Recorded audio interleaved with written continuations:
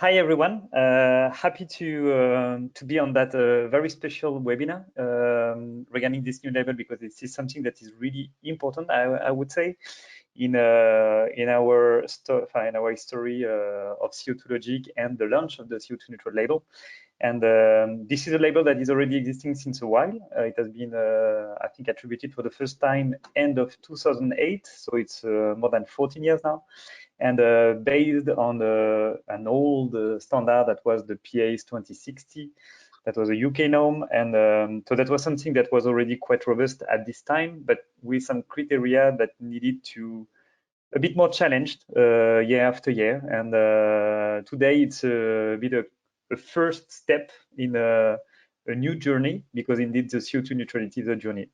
As you may know, for some of you that are already part of this journey, this is something that has been highly evaluated year after year regarding scope, regarding reduction ambition, regarding CO2 neutrality project, all of these components of a full climate journey. And it was important for us to show you that sustainably growing your business requires indeed a meaningful climate action. So that's the aim of this label. This is the target of this label, is to just provide you the credibility that you deserve in terms of recognition regarding your climate action. And as part of this transition, because the climate urgency is more and more clear, and that we need to act regarding that, our label needed to evolve in order to reflect the reality of the market and to help companies communicate with the stakeholders in a better full transparency, because in fact, you don't have, let's say, a Belgian label or a French label or European CO2 neutral label for the moment. So it was really missing, and that's a bit our ambition, to provide you a first tool in order to be able to address this need for credibility and for action. So today, this new, or let's say upgraded CO2 neutral label will be a more robust tool indeed to guide you through the climate journey and communicate in full transparency. And in fact, it's based on three clear pillars. The first one is that we need more ambition in our action. So in order to be more ambitious, it's important to integrate a bit more the approach following what we call the climate journey, and to introduce, in fact, different levels, because before, the CO2 neutral label was just one label, meeting some criteria, and sometimes year after year, we have met some stakeholders, some companies that have been a bit beyond the criteria, but at the end they got the same level, and so there was no possibility to show, or let's say to value the fact that some companies were going a bit beyond than the basic criteria that were needed to get the CO2 neutral label. So having these different levels will be, in a way, interesting for valuing that. The other pillar, the second one, is the need for more transparency. And that's the reason why we are going to introduce a QR code to communicate publicly your commitments and action plan. And this is fully consistent with all the different European laws, the different national laws that are more and more pushing for more transparency, for more disclosure of your performance, of your, let's say, the way that you are disclosing your action, your climate action. And so this transparency is more and more pushed by the regulatory dimension, and more requested by your consumers. And at the end, the third pillar is the need for more impact, and you need so to build on your current recognition with a new approach to stimulate deep emissions reduction. So that's something very important too, is to understand that when we talk about the CO2 neutral label, we are not talking about offsetting only, we are talking about reduction, and for sure calculation, but reduction, and reduction ambition, and ambitious action in terms of reduction. And this is why we're going to have these different levels too, in order to value the fact that some companies are already very ambitious in terms of reduction action, when others are still at the beginning, let's say, of their journey in terms of climate reduction. So what is CO2 neutrality? Could be seen as a basic question, but it's not that basic, because you have more and more concepts now. and more commitments from companies and from states regarding what is a CO2 neutral status. And you sometimes hear about net zero. So very quickly explaining you that when we talk about CO2 neutral label, we are talking about CO2 equivalent neutral, but it's not that easy to say. And when we talk about CO2 equivalent, in fact, we are talking about all the greenhouse gas emissions. So when we are going to evaluate your climate impact, it will be based not only on the CO2, but the other greenhouse gas emissions will be taken into account. And that was already the case before, but still good to explain it. And when we talk about CO2 neutrality versus net zero, this is something important to keep in mind. So CO2 neutrality, as you can see in the graph, is the moment when your climate impact will be counterbalanced by the level of CO2 that you are going to avoid or to sequestrate thanks to your contribution to a specific certified climate project. So this balance is what we call the CO2 neutrality between your impact and between what you contribute to avoid or sequestrate. But when I say avoid and sequestrate, you see that there are two possible dimensions. And so year after year, DID and the Climate Agency is requesting that we need to more and more contribute to projects that are going to sequestrate, because we need to sequestrate the CO2 in our soils let's say in a stabilized way. And when you have a balance between your climate impact and when you contribute to sequestrate only, then you can talk about net zero. So that's the main difference. And as of today, when we are talking about certified climate projects, the vast majority of these projects are only contributing to avoid, because it's still very relevant to do that right now, because we need to actionate all the leverage in order to be to reach this CO2 neutrality and to address the climate change topic. But more and more, we will need to invest budget, time, expertise in projects that are going to sequestrate CO2 emissions. Yeah. So the key guiding principles for this new, or let's say upgraded CO2 neutral label. So first one is indeed the fact that we need to target this net zero by 2050. So that's something that is just fully aligned with Paris Agreement, with the different European discussions and the different ambitions from the different countries all over the world now. So net zero by 2050 is not something that is being discussed. So that's, let's say, the wider frame. Then, in order to reach this level, this target that is a worldwide target, you have this science-based target initiative, but you can have other initiatives around science-based target. The idea here is just to say, for a company, it means that if you want to be credible in your climate action, you need to have targets that are aligned with science, so that are aligned with the ambition that everyone should have in order to reach at the end this scenario of 1.5 degrees and no more, in order to keep an Earth with a good balance in the different ecosystems. So having impact that we can still address and not being overwhelmed by the impact of the climate change. So that's the second step. The third one is about the reduction. The fact that reduction will not be enough. So if you look at all the actions that are today implemented in order to reduce CO2 emissions, it's already something, but it's not enough. So the idea is how we can, let's say, contribute to fill the gap between what we should do and what we are currently doing. And the idea is that offsetting is a possibility for that. So the idea of the label is to value this possibility to go beyond the reduction and to offset the CO2 emissions in order to take the full responsibility of what you have indirectly or directly contributed to emit through your activities or the product that you are commercializing, for example.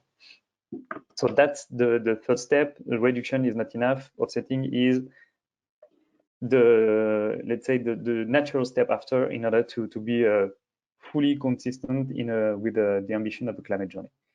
Then the very simple approach is the fact that we need to scale action with collaboration. And this is something that is very, very clear now when we are looking at all the big companies' climate action policy now. They are all looking at what they call the scope 3. So all the indirect emissions that are in the value chain of the company, let's say.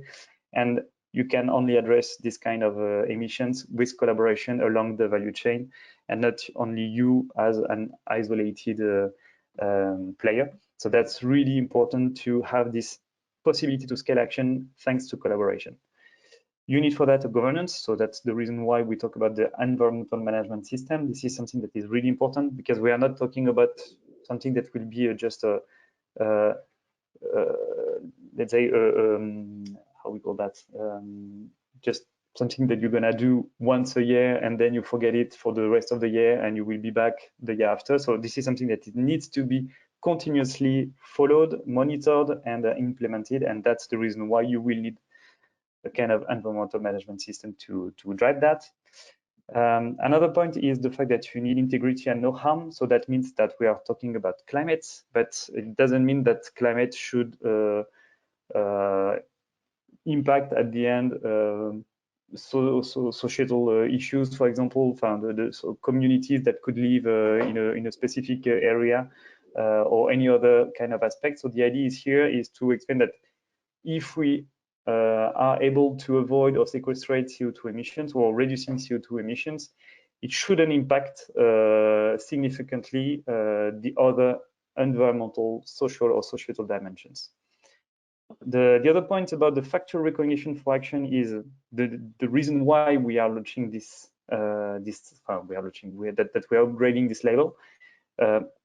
That's very complex to explain. That's a full journey. That's a full story. And at the end, you need, let's say, a stamp that could be this label in order to factually recognize the fact that indeed I have implemented a certain set of actions that are consistent, that are ambitious enough at least, and that is at the end recognized through the achievement of the label. And finally, and that's really aligned with the second pillar that I have mentioned the slide before, we need clear and transparent communication. And this need for transparency is really requested by everyone now. So here you can see the improved design of our label. As you can see, there are many new features on it. So you still have this Vincent validation. So that's really important. In fact, that's the full guarantee that all the approach is fully well implemented, that every steps are fully well respected, and so Vincent is still part of this journey together with us in order to validate the fact that indeed the label is attributed and factually it covers all the dimensions that it should cover. You still have the CO2 neutral recognition, so as you can see, it doesn't change a lot.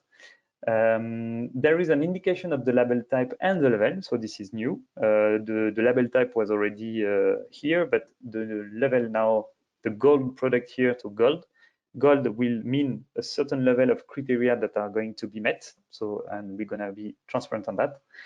You have below the QR code that will enable a traceability that will redirect to the client's page. Sorry, so that will be a real improvement in terms of transparency for everyone who would like to understand what is behind the label. And this is something that is more and more challenged by the consumers. So there is a clear need for that.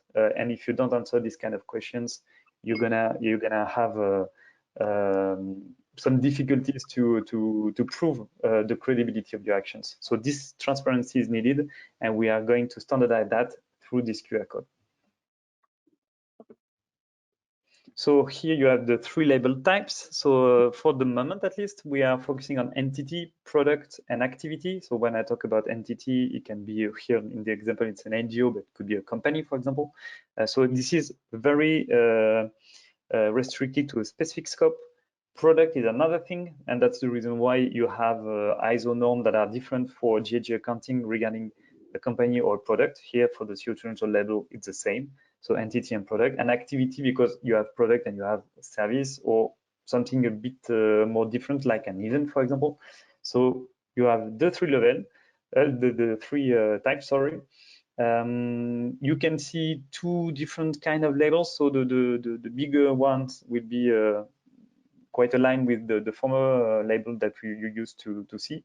And the second one is more for a smaller printing in order to be able to have the label on a little product, for example. And as you can see, for the event, you don't have gold or silver or bronze here. You will have some explanation after. That's because for events and for some activities, we don't need always to differentiate action, because in fact it's just 1 or 0, ambitious or not enough ambitious. But you're gonna have some explanation from Carlos after.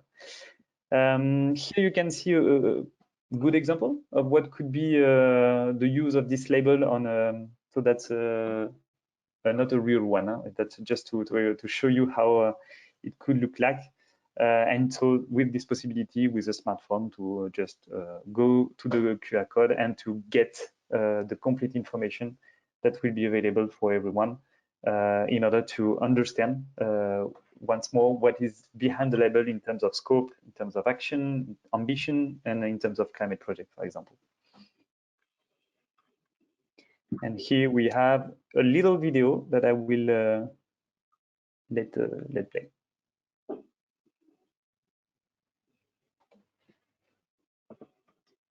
So that's a video that will show you, in fact, how it works when you go to the QR code. So as you can see, you have the emission reduction aspect, where you're going to have some information on the ambition of the company, for example, the different climate projects that have been supported in order to get this label. And after that, you have the different labels that have been attributed. So you have the gold, the bronze, the silver here, with some explanation on what is behind. So that's a very first overview of that. But I hope that you will have the possibility to see more and more labels in the supermarkets and everywhere else, and you will have the possibility to just get the information that everyone is in fact waiting to have in order to understand what is the real climate ambition of the company that he is currently analyzing. Thank you so much. We'll let now the floor to Carlos in order to explain you what this new label means for you. Yes, thank you very much, Mathieu, for explaining to us the reasons why we needed an upgraded label. So now we're gonna deep dive concretely into what does it mean for you. Most of you are quite used to the CO2 neutral label, so we want just to highlight the key changes that will happen in the future. So basically, there are key main changes as compared with the previous version. As Mathieu already highlighted, there will be 3 different levels: bronze, silver, and gold. The main reason is that net zero is a journey. It doesn't happen overnight. Climate neutrality can be achieved now. What we wanted to reward here is that we wanted to just recognize different the companies that are at different level on the journey. So we wanted really to make sure that we didn't lose any company on the way, that we could onboard all the companies that currently have already the CO2 neutral label, and to assist them towards the net zero. And that's why we have created 3 different levels along this journey. We wanted also to highlight the fact that compensation is not enough anymore. There is a growing concern about climate claims. There is more scrutiny over greenwashing claims, etc. So we really wanted to make the reduction at the heart of the climate journey. So that is why we have strongly emphasized the reduction plan in the different levels. We also wanted to, well, Vincent was already our auditing partner. It will remain the same, so they will work together with us on this new label, but all the labels will be monitored every year. So this is a requirement for each of the levels that there will be an annual monitoring of the footprint calculation, but also the achievement towards the target, the achievement of the reduction measures towards the target. And Vincent will help us on this important step. Well, transparency, as Mathieu mentioned, is something really important. And in order to avoid any unambiguous communication, we will clearly communicate on this web page the different aspects, the key features of your label. So we display your footprint according to the different scopes. We will also mention like high level the reduction plan that you're developing and the targets that you have set, and also the achievement, the annual achievement towards this target. And also we will communicate on the way you are compensating or counterbalancing your remaining emissions. So we will communicate about the type of project, the type of credits, and the amount that has been offsetted. Climate change is an evolving topic. Science is evolving, so we have aligned our protocol to the latest science. So the IPCC released his latest report in October 2021, but he will continue to do so. So it's really important for us to also keep our label up to date and to make it evolve. So that's why we have created a scientific committee that will get together on a monthly basis to rediscuss on a regular basis the evolution that should be brought to the protocol. Also, the different reporting guidances are evolving. So GHG protocol, science-based target, net zero initiative. So all these reporting guidances are also evolving, and we want to make sure that when you have a claim, a climate claim, that you can be assured that this claim is aligned with the latest guidances and latest science. And also, we want to emphasize more the fact that all the owners of the future CO2 neutral labels are members of a community. So we want to engage you more and to organize more interactive events, such as workshops or newsletter, to share best practice and facilitate the transition. We want each at our own level solve the climate change issue, but if we increase and if we enhance a community of companies that are acting towards the same goal, then it will make our fight easier. So I will go a bit more into details into the practical aspect of the new protocol, but I want to remind you first about the 5-step journey towards climate neutrality, because we have, of course, aligned the protocol with this what we call the 5-step climate journey. So the first step of a credible climate journey is, of course, to measure your footprint. So in order to identify where do your emissions come from along the whole value chain, in order to make sure that you concentrate all your efforts on what really matter. So of course, this measurement aspect, so the scope of what we are measuring, is very important, and it will be also a key aspect of the different levels that I will go into details just after that. The second aspect is, when you have a clear mapping of your emissions along the whole value chain, then it's easier to set a roadmap and create targets. So you know where you have to focus your efforts on, and it's easier to evaluate what is the mitigation potential of each of the step on your value chain. So the ambition of your targets will also determine the level of the label that you will get. Then the third step is probably one of the most important ones. When you have set a target, then you have to actually reduce your footprint. So we will also help you with this reduction plan to make sure that your measures that you have in your plan really deliver emission reductions. So this is why we are measuring every year, year after year, the achievement towards the targets, and to see if the measures that you have planned are actually delivering the benefits.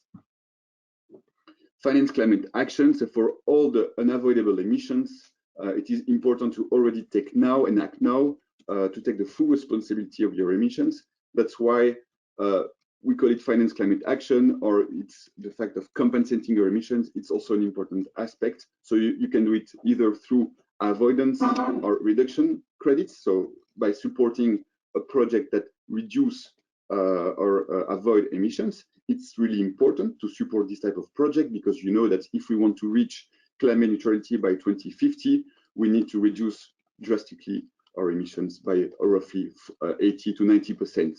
So supporting projects that contribute to this reduction, the global reduction target, is also important. But it's also important to plan to invest in projects that also remove the emissions from the atmosphere, because to reach climate neutrality, we should reduce drastically our emissions, but we should also be removing the remaining emissions from the atmosphere. So that's why on the way to net zero, it's important to already plan to support this type of removal project. And then the last step is, of course, once you have gone through all these previous steps, is to engage the stakeholders and to also communicate on what you have done in a transparent way. That's why the label, it's an important tool to engage with your key stakeholders. So in practice, to get the CO2 neutral label, let's say the protocol foresees 10 steps. I will go quickly through them. So it's not really changing a lot from what was already in the previous protocol, but it clarifies a bit more what are the steps that need to be, let's say, that need to be achieved in order to get the label at the end of the way. First, you need to define your subject and your scope. So as Mathieu already mentioned, there are 3 different types of labels. So your company can be CO2 neutral, a product that you're putting on the market can be CO2 neutral, or an activity that you are developing can also be CO2 neutral. So you need to define your subject and the scope of emissions that you are taking into account as part of this label. Second step is to quantify and analyze your emissions, so using recognized methodologies such as GHG protocol or bilan carbone. So we can support you in this step. Then you develop your reduction plan and contribution strategy, and you set up a credible reduction contribution target. So step 3 and 4 can be done in an iterative way. So generally speaking, it's done at the same time, because you need a clear target to develop a reduction plan, and you need also a reduction plan to support a target.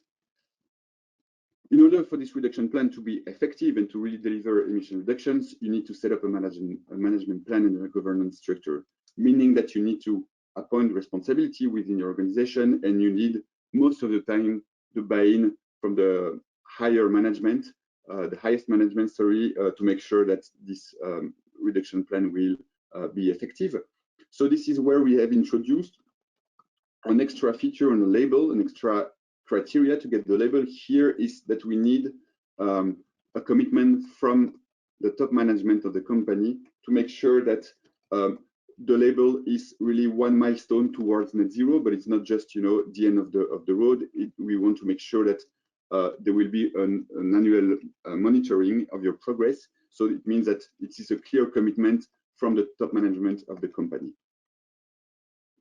Then the sixth step, implement action plan and reduce emissions. So this is really the concrete part of the implementation of the measures.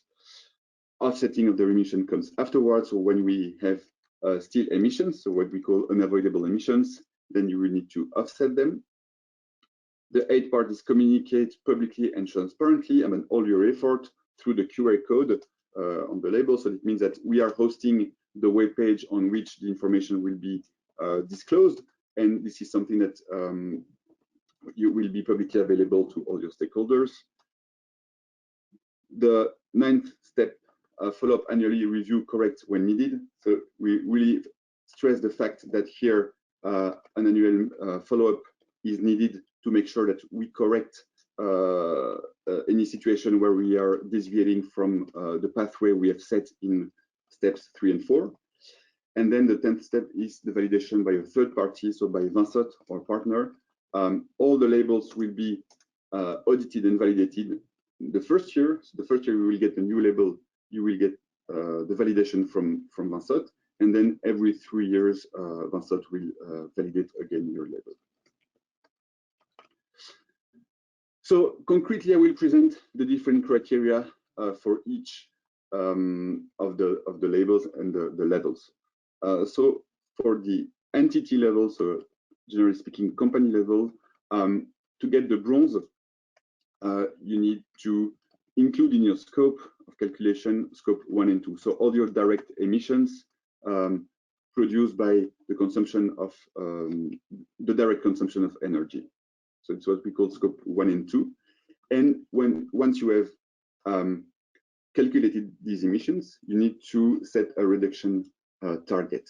So here we don't really we don't want we want companies that already have a target, that is expiring soon, to be able, but it's not aligned with the latest version of the science-based targets. We want these companies to make sure they can get the label, so they can get the bronze label. So that's why we, by ambitious reduction plan, this is not obliged to be validated or to be aligned with science-based target to get the bronze label, but this is this will be, let's say, appraised by experts or by CO2logic consultants or by Vincent that will appraise if it's ambitious or not. Through, for example, if in case of doubt, we can use benchmark to validate the fact that it's ambitious enough to get the bronze level. To get the silver label, you need to take into account in the scope of your calculation scope 1 and 2, such as bronze level, but also part of scope 3. So all the indirect emissions from fuel and energy-related emissions that are not already included in scope 1 and 2, the direct waste from your own operations, the business travels, and the employee homework commuting. So this is what we call the typical scope 3 categories that are common to all the companies and that are generally speaking under your direct control. So this is something you can directly act on. So this is what we wanted to make them mandatory to get the silver level. Again, here we also we will also appraise the fact that you need to have an absolute or relative target on all the scope, and we need to consider it as ambitious. The gold level is pretty much aligned with the net zero guidance. It means that you need to include all your material emissions, so scope 1 and 2, and all material scope 3 emissions within your value chain. And your target should be aligned with the 1.5-degree trajectory as defined by the 6th IPCC assessment report, or for example, the SBTi is also aligned with IPCC, and so you could get your target aligned with SBTi to get the gold level. And for offsetting, it means that all the emissions that are considered in your scoping exercise should be offset through certified carbon credits. For the product, 3 different scopes, but different. So because it's a different way of disclosing the information. For the bronze level, you need to have a cradle to gate. So it means all upstream and production related emissions until the product leaves the factory. So it means you need to take into account all the raw material, the extraction of the raw material, the upstream transportation, and the emissions related to the production itself within the gate of your factory. This is what we call the cradle to gate. And for the reduction ambition, you can have either what we call an upfront target.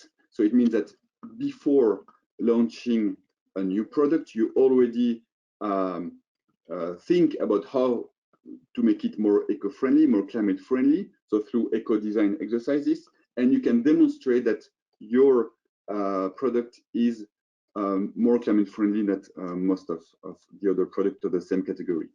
For example, the EU taxonomy provides a good source of information to prove that your product is more eco-friendly, and it's mainly could be applied when it's a new product or it's a product that is launched only once. For example, a building that we consider it here as a product. It's you need to demonstrate that your building is much more efficient than the average building emissions of your region, for example.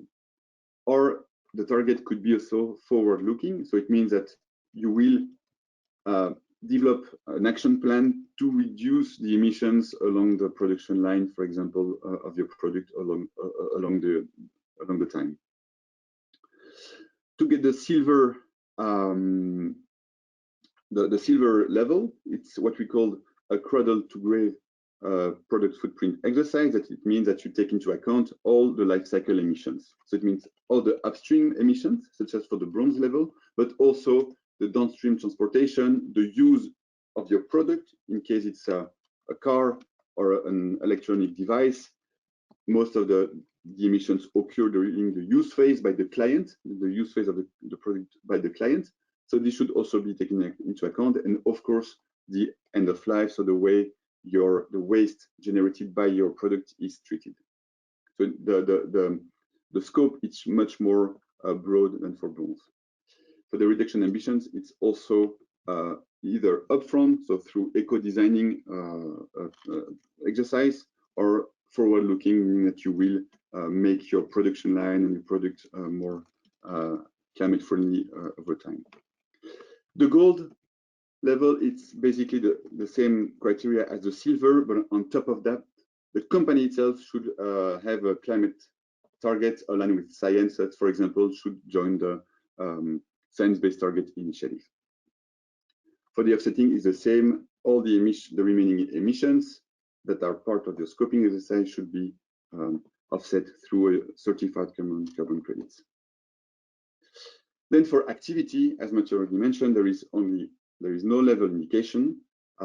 So all the relevant emissions that are caused by your activity should be taken into account.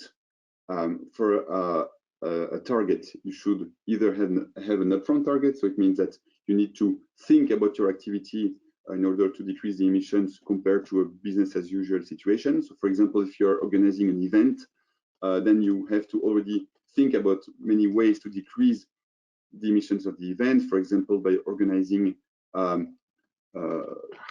car sharing or transport, climate-friendly transportation for the participants of the event, for example. This is a way to decrease drastically the emissions of the event. So this can be demonstrated and consider an ambitious upfront target.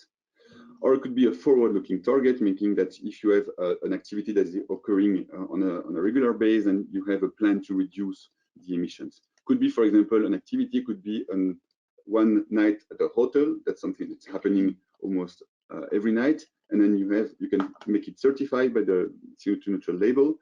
And if you prove that you will reduce the emissions related to this particular activity. For the offsetting, same. All the emissions that are calculated, not yet reduced, should be offset through certified carbon credits. So we also had to adapt a bit the pricing model to reflect all the improvement that have been brought to this label. So for example, all the improvement related to transparency and audit had to be taken into account. So first of all, we have a communication and a technical partner that is supporting us with this QR code transparency exercise. So we have we have required the support from an external partner. We have also, as the process is a bit more demanding, we have hired a CO2 Neutral Label team. So we have met Sarah, and Florence is also part of this team. We have Vincent, which is also an external partner. And we also have created a scientific committee, but which is not included in the pricing in the cost model. So basically, we really want to keep the license fee as low as possible.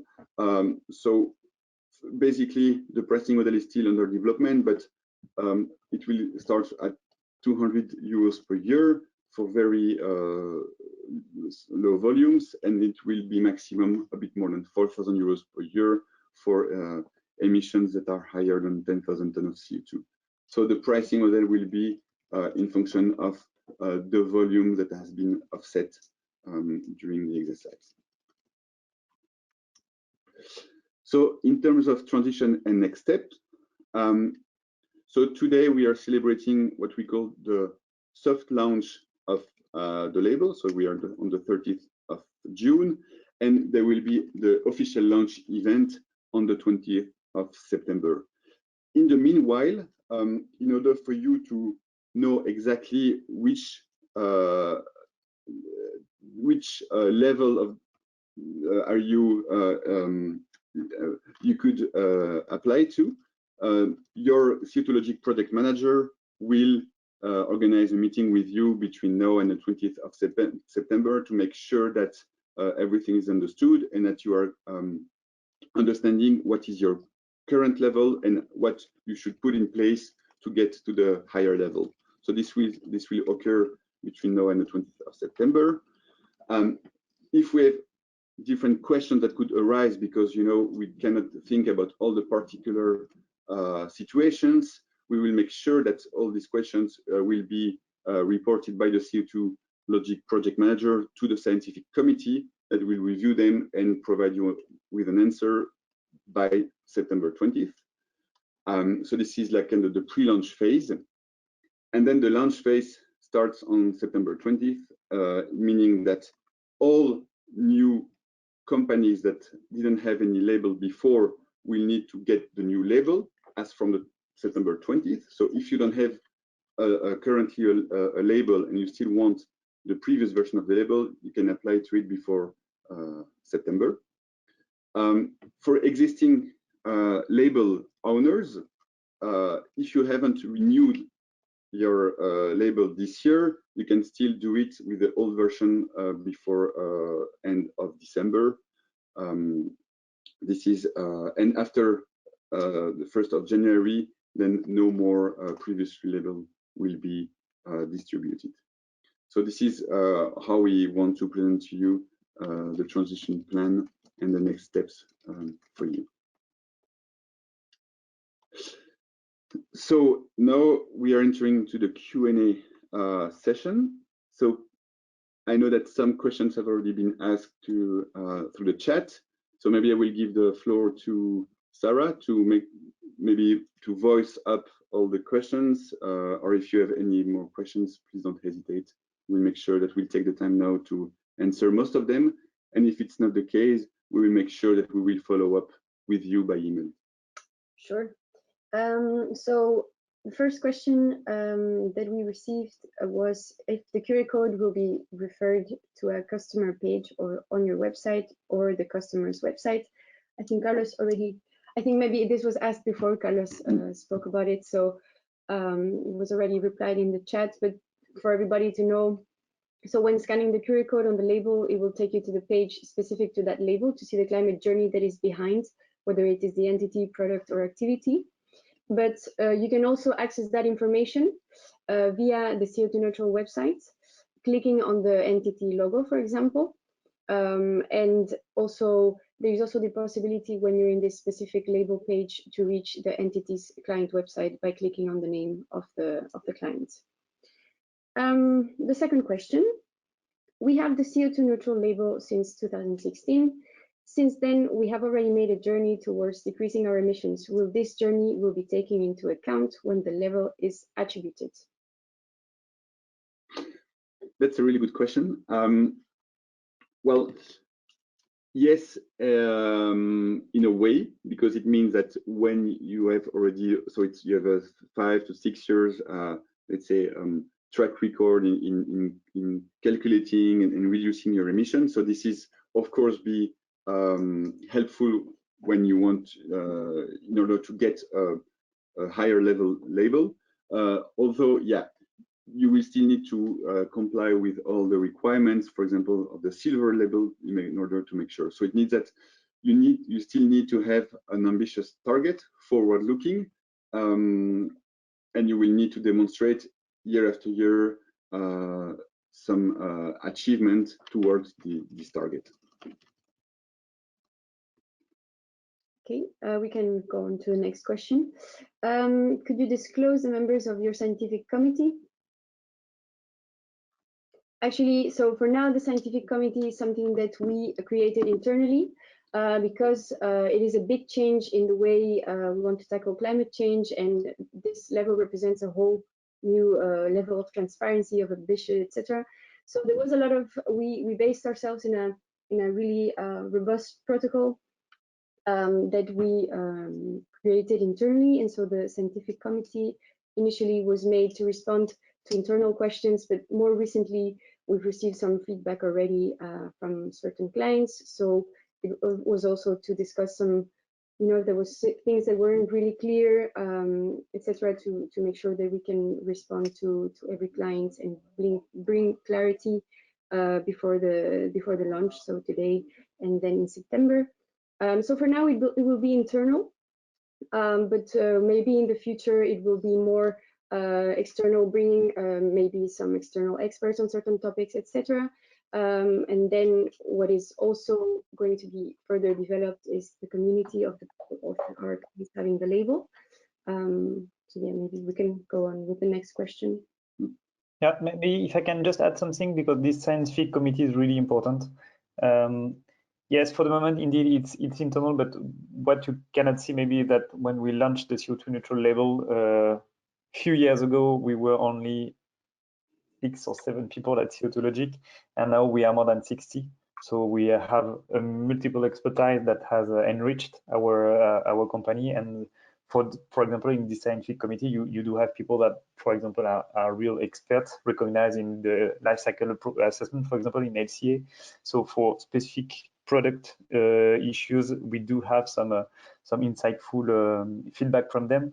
So that's already good, and I can already ensure that it's not only maybe, but it's highly probable that this scientific committee will be open to external people and not only people from CO2logic South Pole, because we need to enrich our vision in order to remain credible in this climate action. Thank you, Mathieu. I'll continue with the next question. It's still not clear how you would assess the targets not validated by third parties like Science Based Target Initiative. Could you share more details on this?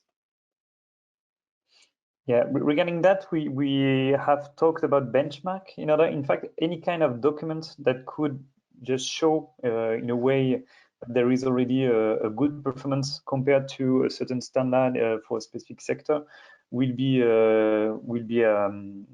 studied and assessed, and BANSOT will be at the end the one that will decide if it's enough or not in order to in a way meet the criteria regarding the performance reduction target. But that's something that should, I would say, should be more and more defined and designed in our criteria. So this protocol that we have designed and this level that we are launching now, this is something that will remain dynamic. So with the scientific committee, we're going to integrate more and more aspects that we, for the moment, are covering maybe in a too high level view. So the idea is really to keep the dynamic alive and to be able to integrate details, points, clarification that will be needed and identified in the following weeks, months, and years. Okay, thank you, Mathieu. Next question. As a supply chain company, the gold label, relies on external factors from third parties. If we have no way to control their emissions, would this prevent us from being able to achieve gold? Yeah, that's a tough question. So we are fully aware that sometimes, the science-based target criteria that globally speaking really addresses the scope 3 emissions upstream. Sometimes it's very challenging for some sectors and easier for other sectors. So this is why, and also to complement Mathieu's answer, we have allowed for a silver level to have an ambitious target that is not fully in line with the science-based target criteria. So meaning that if you can prove that it's not feasible for now to achieve the science-based target, then we can consider that your target is ambitious enough to get the silver level. But the aim, according to the science-based target, is also to engage your partners, your suppliers in this journey.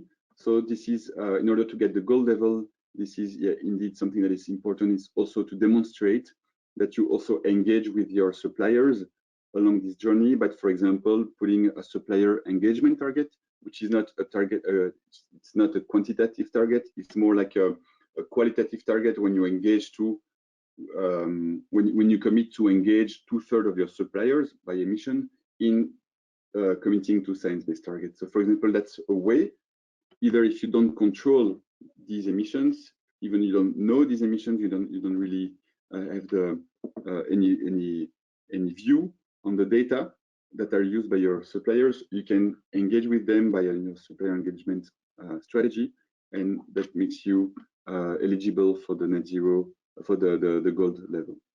Yeah, you have more and more companies that have this supplier engagement approach now. That's indeed difficult, but it's key. We cannot just ignore it. And yes, Science-Based Target Initiative is already providing a way on how you should engage your supplier. And yes, some sectors, like for example the retail sector, for the retail sector, it's really key to find a way to engage a supplier, because they cannot choose, just select only the good performance supplier, because there are not enough. So we need to engage even the average one in a more ambitious climate journey. Okay, thank you. Next question. This is more a practical one. How can we, as business, launch the process for this 2022 edition of the new label?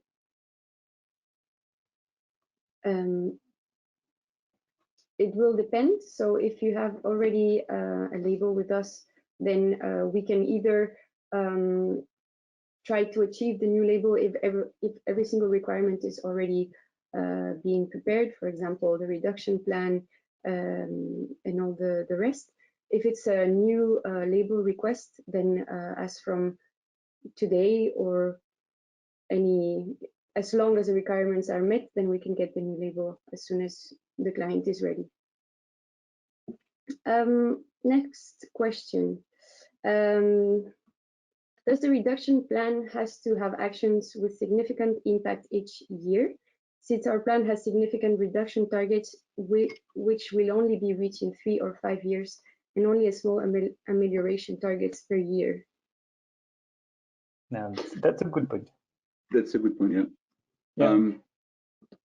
So basically, you have to disclose your target. That could be long-term, for example, 2030 or 2035, and to also disclose like the different measures you will implement to reach this target. By the time horizon, so within 10 years, for example. But it's also good to communicate in a transparent way on a yearly, on a frequent way, how you are performing against your plan. So meaning that you can explain in a transparent way, you know, that you have implemented already some actions that are not delivering a reduction, but that you are in the way and you are on track in implementing measures with much more significant impact as per was in your plan. So there is no issue, so we'll be able to keep your label, but you will need to transparently disclose on your report on your progress.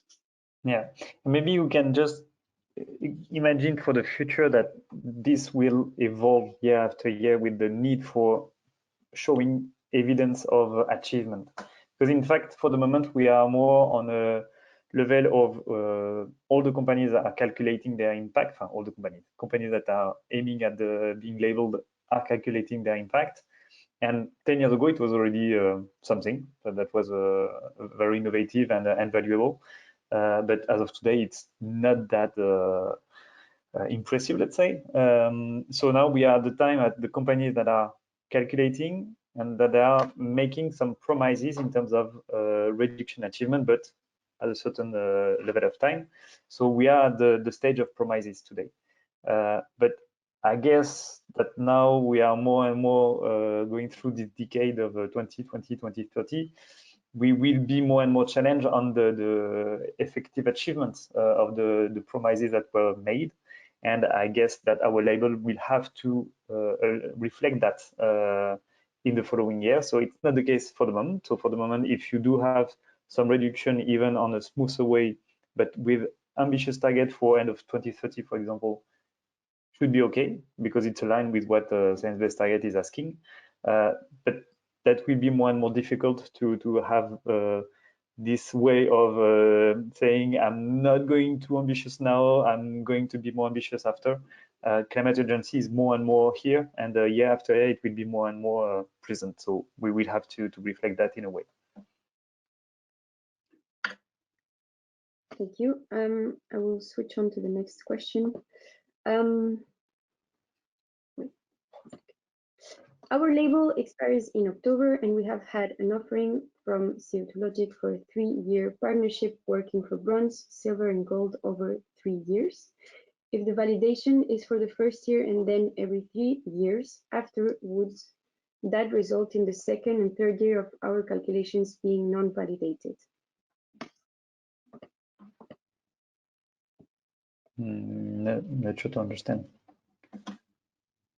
So maybe the question is that I think it's very specific, right? It's a company that has received an offer for being bronze and then silver the year after, and then the gold the year after.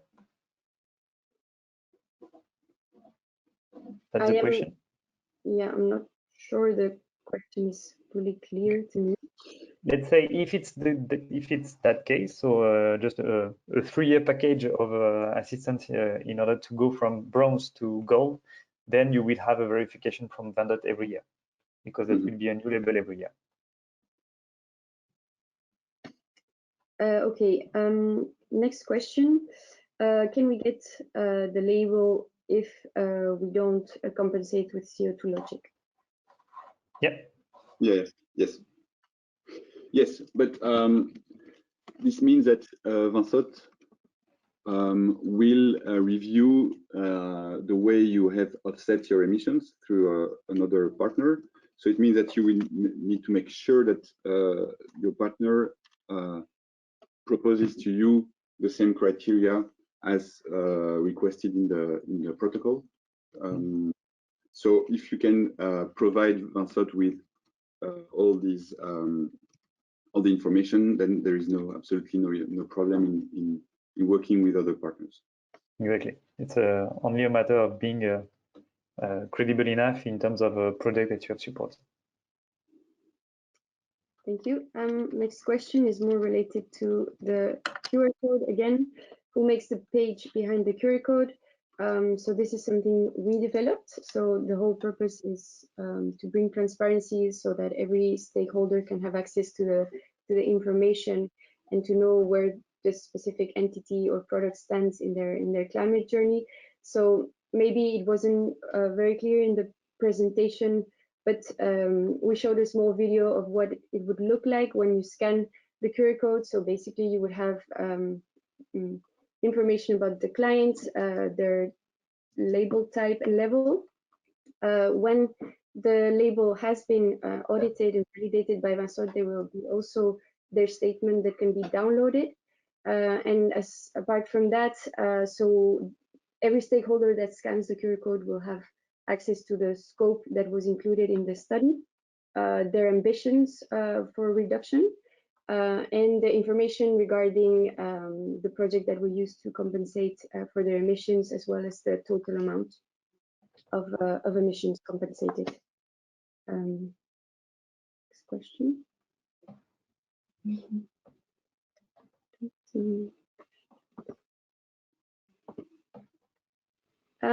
Okay, next question. What happens if Vendot doesn't validate my label?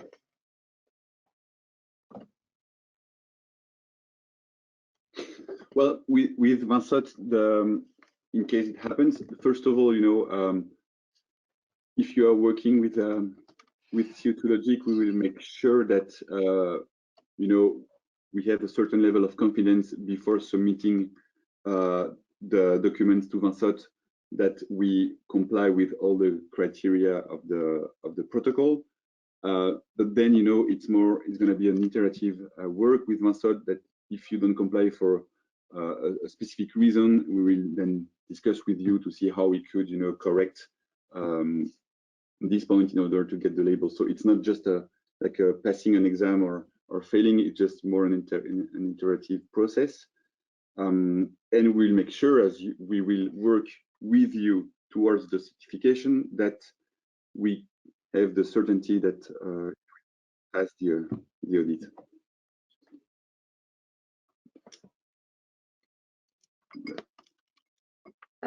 Next question. Regarding events, is it possible to get the label before the events actually takes place?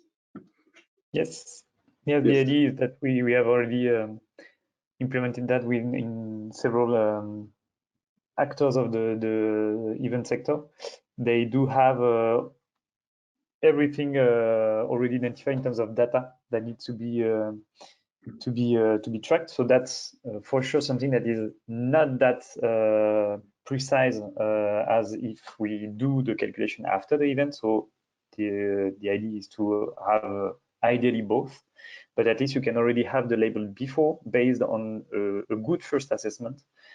Based on the data you will be able to collect when you are already designing the event and you already have an idea on the magnitude of the impact you will have.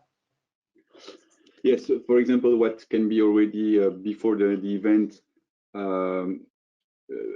information that will be available, for example, is all the data related to the catering, you know, because you may pay or purchase upfront a certain part.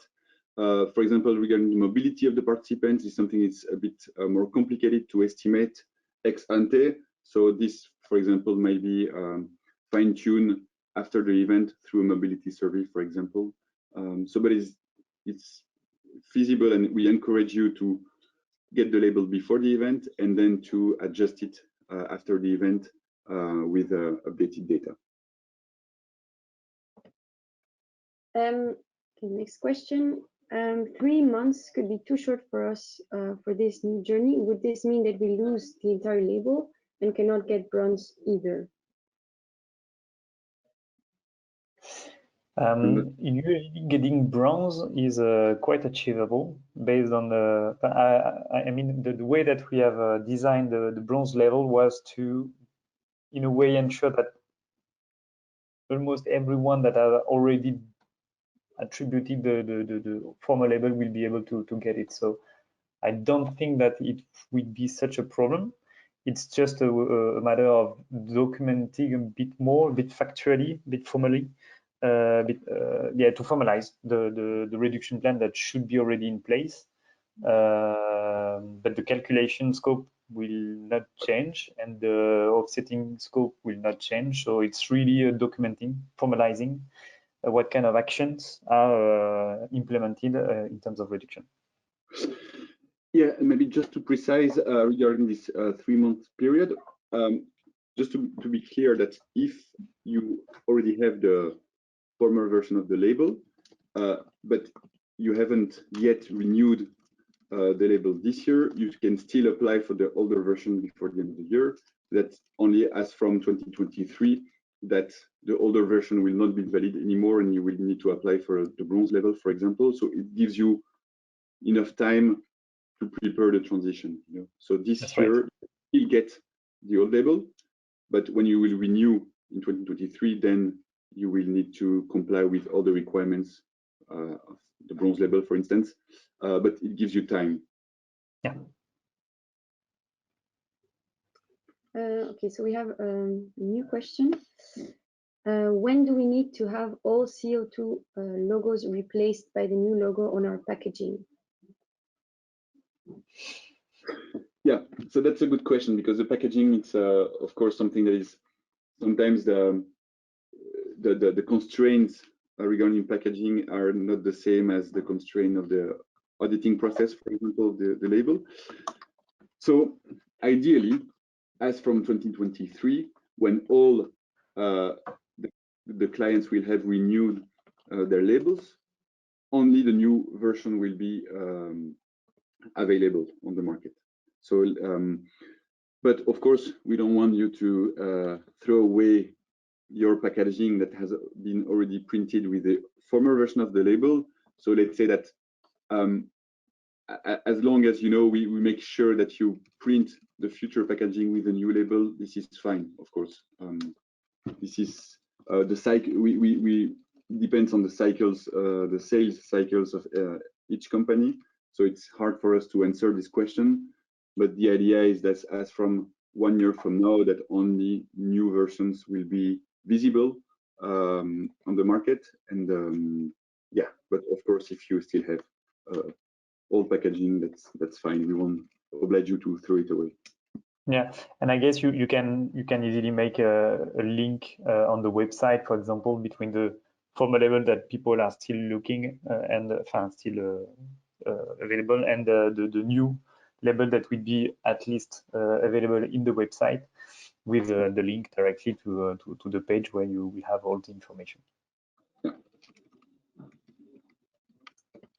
Thank you. So I see there is one remaining question in the chat. So if our audience has more questions, please feel free to still add them in the question section. So this question relates again to the logo and more the visual. What will the approval procedure be for the logo and text on packaging? So my answer would be that we have also prepared the visuals that we will provide. There will be some visuals guidelines that we can share with our clients to know which size of QR code is scannable, which colors to use on the labels, where to put them on which supports, etc. So that will also be available. If we have more questions, maybe I'll give a few seconds to see if people want to add questions.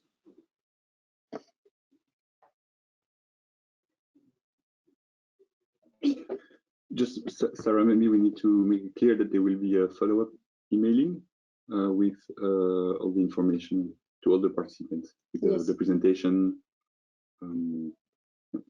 Yeah. And maybe we can make clear that there will be other events in order to discuss about the label, and specifically in September there should be an event specific for this new upgraded CO2 neutral label, but that will be open to a wider audience. And here I'm displaying on the screen now that you have a dedicated website, the label, so CO2neutral.label.org, and you also have an email address to reach in case of any question that might pop up after this call.